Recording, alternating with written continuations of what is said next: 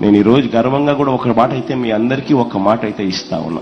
మేనిఫెస్టోలో నేను చెప్పినా చెప్పకపోయినా, ఎందుకనంటే చేయగలిగిందే నేను చెప్పాలి, చేయలేనిది నా నోట్లో నుంచి రాకూడదు, నేను చెప్పకూడదు. చేయగలిగిందే చెప్పాలి. కానీ నేను మేనిఫెస్టోలో చెప్పినా చెప్పకపోయినా ఈ 58 నెలల పాలన చూస్తే చాలా కనిపిస్తాయి మీ అందరికీ కూడా. నేను చెప్పనివి చాలా చాలా చేసినవి అన్ని కూడా మీ అందరికీ కూడా కనిపిస్తాయి. మీ అందరికీ కూడా ఒక్క విషయం మాత్రం నేను హామీ ఇస్తా ఉన్నా.